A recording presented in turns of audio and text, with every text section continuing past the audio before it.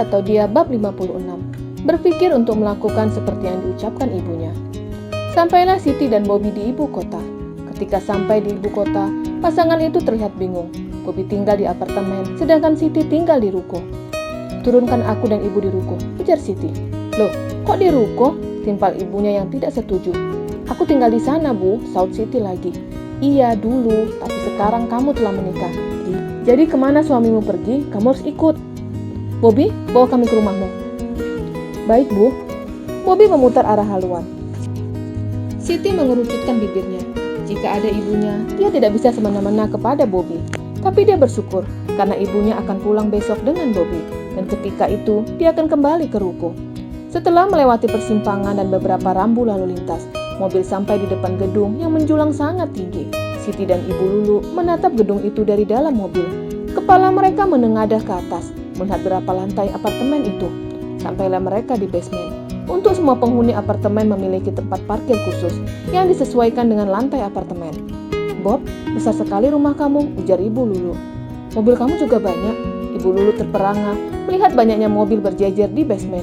Wanita itu berpikir jika itu adalah rumah Bobby. "Ih, Ibu, buat malu saja. Ini bukan rumahnya, ini apartemen," bisik Siti. "Yang benar?" tanya ibunya kurang yakin. "Iya, Bu, ini namanya apartemen," saut Bobby. "Mari," ujarnya dan berjalan lebih dulu menuju lift diikuti kedua wanita itu. "Ini namanya apa?" tanya Ibu Lulu sembari memperhatikan benda yang mereka masuki. "Ih, Ibu, jangan norak deh," gerutu Siti. "Loh, kok norak? Ibu memang tidak tahu namanya apa. Di kampung kita memang tidak ada seperti ini," saut ibunya yang benar-benar kagum dengan kecanggihan kota itu. "Ini namanya lift," saut Bobby. Lalu keluar dari lift diikuti Siti dan ibunya.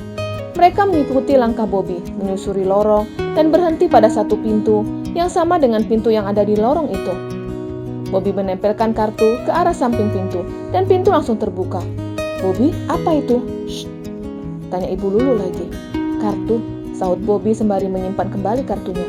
"Kartu apa? Ibu ada kartu?" Ibu Lulu menunjukkan kartunya kepada menantunya, dan itu membuat Bobby tertawa. "Ibu, itu kartu tanda penduduk," bisik Siti yang benar-benar malu dengan sikap ibunya yang sangat kampungan. Kata Bobby kartu, jadi ibu pikir KTP, jelas ibunya. "Ayo masuk, jangan dibahas lagi tentang kartu." Kedua wanita itu langsung terbelalak dengan mewahnya apartemen Bobby. Lampu kristal berada di langit-langit, sofa yang empuk dan furniture yang mewah, serta televisi dengan ukuran sangat besar membuat tempat itu seperti bioskop. "Besar sekali TV ini," tanya Siti yang sekarang sama noraknya dengan ibunya. Bobby hanya tersenyum. Dia melangkahkan kakinya membawa kedua wanita itu untuk berkeliling. "Wah, dapurnya bagus banget," ujar Siti senang. "Ini kamar ibu dan itu kamar kita."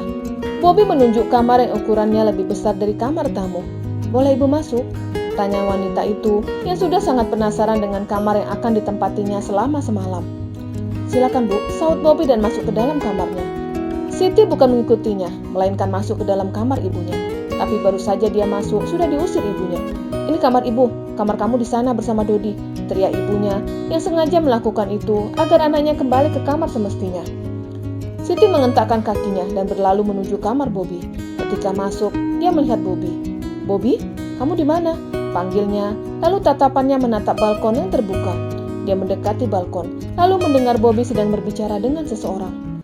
"Maaf, aku sudah menikah, Dad," sahutnya. "Kenapa kamu tidak mengabari Daddy?" tanya pria parubaya itu dari ujung sana. "Daddy mau mengenalkan kamu dengan anak teman Daddy." "Sudah aku katakan kalau aku sudah menikah. Jangan bohong. Daddy tahu kamu kesal karena Daddy jarang menghubungimu." "Aku sibuk, Dad," saut Bobby langsung memutuskan panggilan itu. Bobby menghela nafas cukup panjang. Setelah sekian lama tidak memberi kabar, tiba-tiba menghubunginya karena ingin menjodohkannya dengan seorang wanita. Siti menghampiri Bobby yang terlihat sangat kesal. Dia menolehkan kepala dan menyunggingkan senyuman kepada istrinya. "Maaf, aku tadi mendengar percakapanmu dengan seseorang." Bobby menganggukkan kepalanya. "Kalau boleh tahu, siapa yang menghubungimu sampai kamu terlihat sangat kesal?" "Bukan siapa-siapa," saut Bobby dan berlalu masuk ke dalam kamar. Siti mengentakkan kakinya dan menatap Bobby sedang duduk melamun. Siti duduk di samping suaminya dan menyenggol bahu Bobby. "Ada apa? Katakan kepadaku," tanyanya penasaran. "Tidak ada, Siti. Itu bukan hal yang penting," elaknya yang tidak ingin membahas sesuatu yang tidak akan mungkin diwujudkannya. "Baiklah, kau tidak mau cerita tidak apa. Tapi kalau kamu mau cerita, Aku adalah pendengar budiman. Dan jika kamu ingin menangis, bauku bisa kamu gunakan. Haha, tidak Siti, ujar Bobby dan mengelus pipi Siti, membuat wanita itu terdiam. Begitupun Bobby ikut terdiam. Bobby menatapnya dengan tatapan yang sangat lembut, dan itu membuat Siti tidak bisa berpikir jernih. Dia buru-buru memalingkan wajahnya. Apa kamu yakin mau di sini sendirian? Tanya Bobby khawatir.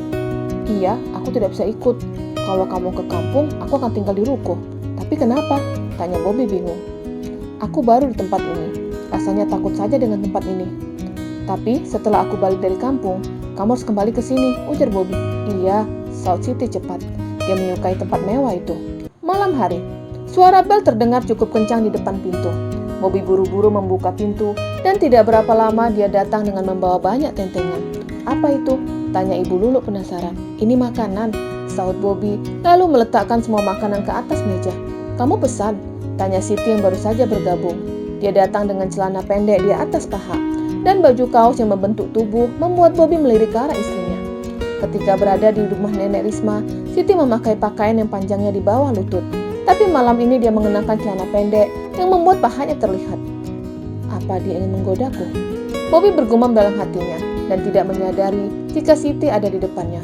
Halo Bobby, Siti menggerakkan tangannya di depan wajah Bobby. Iya, sahutnya gugup. Kamu melamun? Tidak, elak Bobby dan menyusun makanan itu ke atas meja. Semua makanan ini kamu pesan? Tanya Siti lagi. Iya, aku membeli semua makanan ini di restoran Zero. Siti dan ibunya terperangah ketika melihat makanan dari restoran berupa masakan rumahan. Restoran kok jual kering tempe? Tanya Ibu Lulu bingung. Iya, kok ada sambal mata, sambal terasi. Nah, ini sambal kecap. Tanya Siti bingung. Lah, ini ada urap sama tempe goreng. Kamu yakin beli di restoran? Tanya Ibu Lulu. Iya Bu, ini beli di restoran. Jangan-jangan kamu ditipu. Restoran itu terkenal dengan makanan barat. Iya kan Sid? Tanya Ibu Lulu memastikan. Iya benar. Nah, makanan ini semua seperti makanan di rumah makan. Tidak Bu, makanan ini yang masak Chef Robi. Aku meminta kepada beliau untuk memasakkan masakan rumahan. Karena aku tahu ibu tidak akan bisa makan makanan barat. Jadi aku pesan ini, jelasnya. Chef Robi siapa? Tanya Ibu Lulu yang lupa akan sosok pria yang hadir di pernikahan Siti dan Bobby. Yang kemarin loh Bu, pakai baju serba hitam, jelas Siti. Oh, yang pakaiannya seperti mau ke kuburan. Hahaha, iya Bu, saut Siti tertawa. Ayo makan, ajak Bobby. Dia menarikkan kursi untuk Siti, dan Siti mengambilkan makanan untuk suaminya. Dan itu diperhatikan Ibu Lulu. Walaupun anaknya belum mencintai Bobby, tapi dia tetap tahu tugasnya sebagai istri.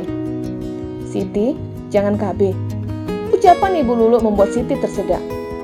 Gak ada hujan dan angin, tiba-tiba ibunya mengatakan tentang KB yang sama sekali tidak dipikirkannya. Karena selama dia menikah dengan Pak Ijo, belum pernah dia meminum pil KB atau suntik KB. Karena dia memang tidak ingin menunda momongan.